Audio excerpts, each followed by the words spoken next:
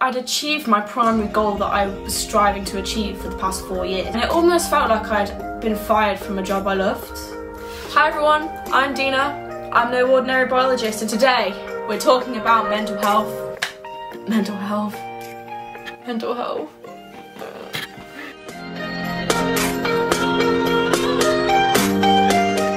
Today I want to talk about mental health, specifically mental health for graduates. Obviously graduating this year has been horrendous because of the pandemic. We didn't particularly get a celebration, and I feel like the unis didn't particularly support us very well. They just kind of gave us our certificates and threw us into the real world without any guidance really. And I don't think we've spoken about graduate mental health in lockdown. The emphasis hasn't been on us because we've already got our degree, we should be set and ready to go, and that hasn't been the case. So I'd like to share my experiences over the last 6 months, how I've been dealing with certain mental health issues, which I think a lot of graduates have shared over the last 6 months, but we haven't spoke about it really. A little disclaimer, I know that many people have probably got it a lot worse than me. Some people have lost members of their family and friends and potentially lost their housing and lost their jobs. Having said that, I don't think ignoring certain feelings and emotions help anything. They don't resolve any problems that you might be feeling inside of you. Masking your negative and dark thoughts, they grow and become out of control, and the situation just gets worse. It doesn't matter how small these issues start. If you ignore them and don't process them properly, they will grow into a big monster that will control your life. People shouldn't invalidate the way that you feel. No matter what you feel, it's not insignificant.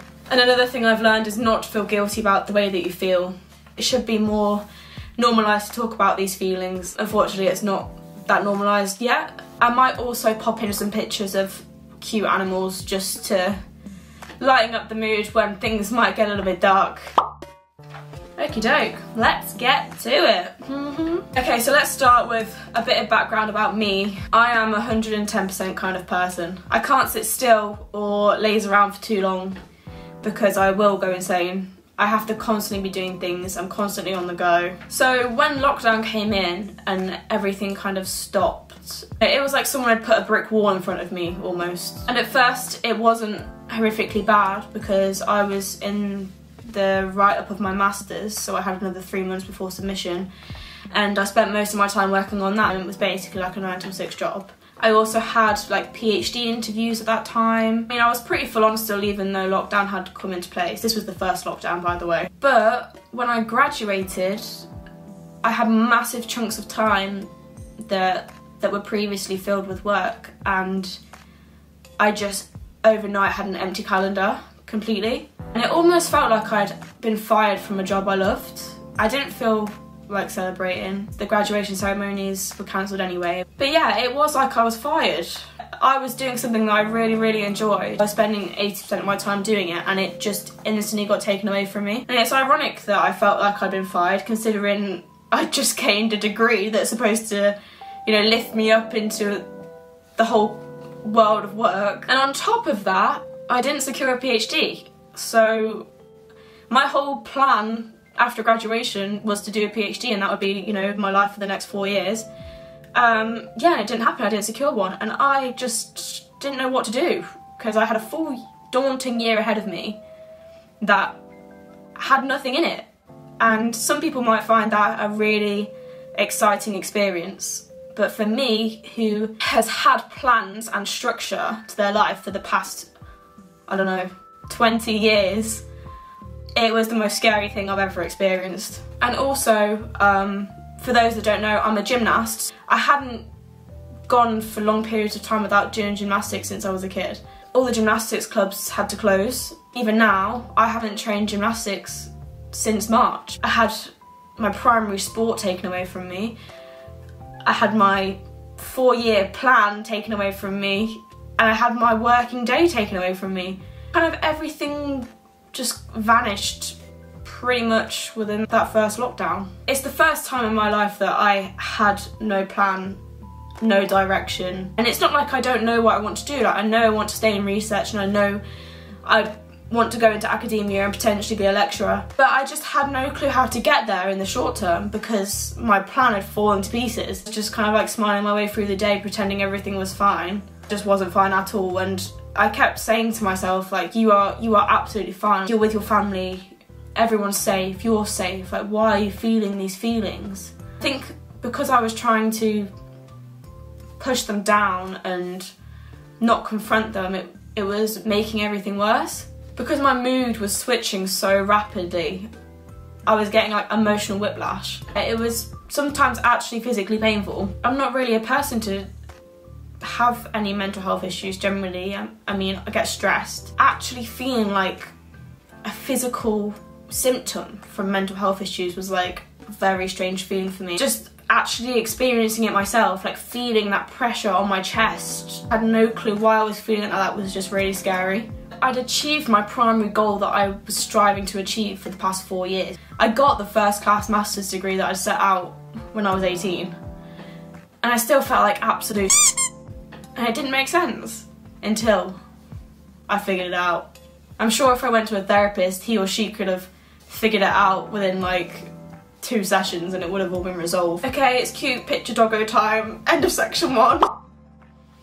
Okay, a little bit less heavy, I guess. I'd like to talk about what I figured out about myself and the reasons behind why I was feeling these things. It took me a while to figure it out, but after I did, I felt so much better about everything. I would say that I've learned a lot about myself in the last 6 months that I didn't actually realise I needed to learn. Quite a lot of these things are probably underlying issues. When I had a lot of time and not a lot of things to distract me, they all rose to the surface and kind of bombarded me at once. I just didn't have a clue how to process anything. So I've kind of organised them into 3 main things that I've learned about myself. The first thing for me is fear of not having control, and I think this is probably one of the most common feelings that people have felt over lockdown and the pandemic, because no one has any bloody control over anything at all. I am so used to having complete control over my life. I was in control of the way that I worked in my degree. I was in control of my gymnastics training. I was in control of the way that I live my life in my flat. That's how I like to keep my life, in a nice neat box. So when I lost that control of how to structure my day and who I could spend time with and who I couldn't spend time with, it was scary. You know, it was even coming down to that I couldn't control my body the way that I used to because I wasn't training gymnastics and I was losing strength. The second realisation was that I had an issue with my image and the way that I have an issue with the way that people see me, and I'm scared that people judge me. Even though I just achieved this amazing goal, I felt like a failure, and I think because I felt that in myself that other people would feel that way towards me as well. Because I had this image problem, I kept constantly comparing myself to other people. I was comparing myself to those that had secured their PhD, and I was comparing myself to those that got the graduate job. It was like people would think I was a worse person because these external stimuli weren't in my life. Just a spoiler, no one cares because everyone's too busy dealing with their own. And by the way, it's okay not to have a plan in this time. You're in a pandemic. Be easy on yourself, for God's sake. No one should be criticising you during this time because this year has been absolutely exceptional. Okay, and the final thing that I've realised, and this is probably the biggest realisation I've had, and that is I've been valuing my personal worth on external factors. I didn't understand this until a few months ago, but it just makes so much sense. I've been valuing myself on my academic achievements or my gymnastics achievements. It didn't matter to me how funny I was or how kind I was or, you know, how good of a daughter I was. Obviously it did matter, but I wasn't valuing myself on it. I was valuing myself on those, you know, standard achievements that the 21st century value your career worth on.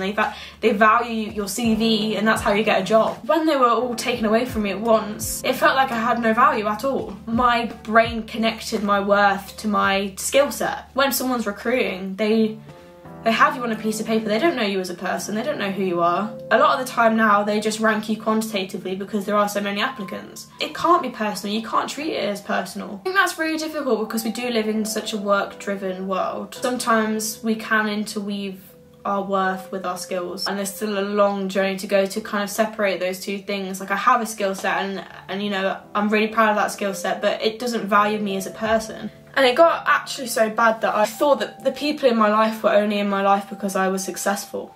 And obviously that's totally untrue, but it's how I felt. When I figured this out, it was a massive turning point in my mental health. I'm not saying like everything's randy dandy, but I definitely have a lot less frequent bad days than I did before. Another cute dog pic? Maybe a cat? What about a giraffe?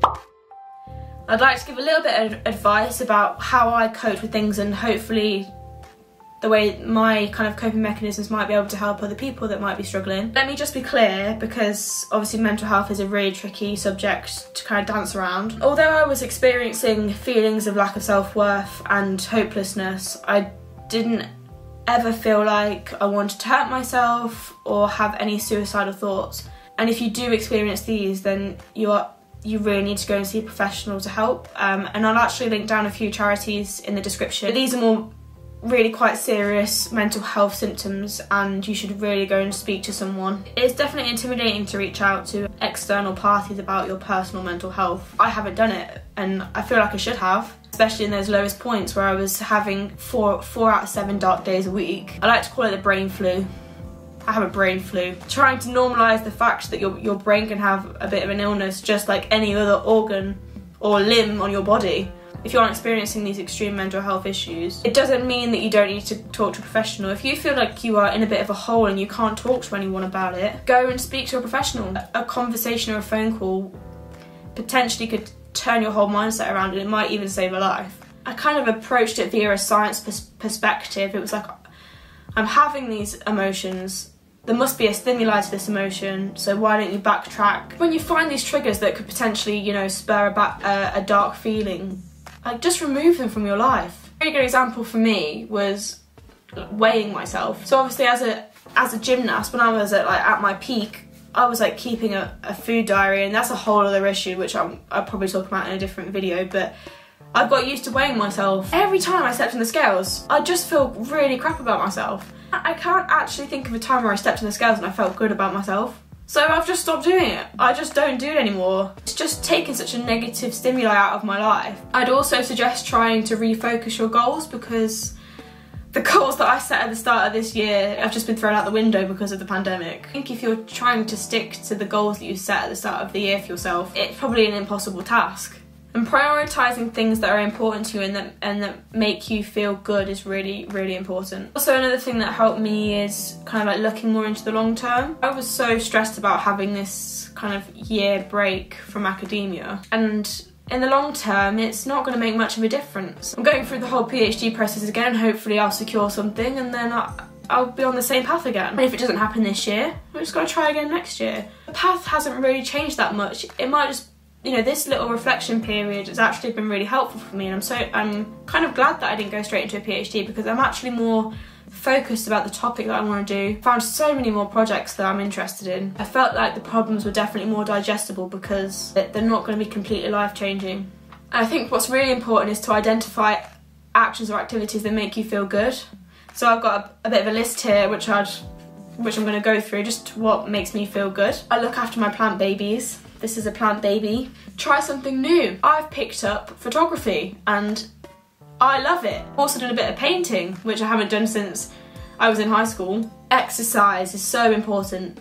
I can't stress it enough. Like, it makes me feel a million times better when I do exercise. And I force myself to go and do it. Within 5 minutes, my energy is flooded back. I feel great, I'm on it, I'm ready for that hour workout. Journaling or making a video, that might help you process some feelings.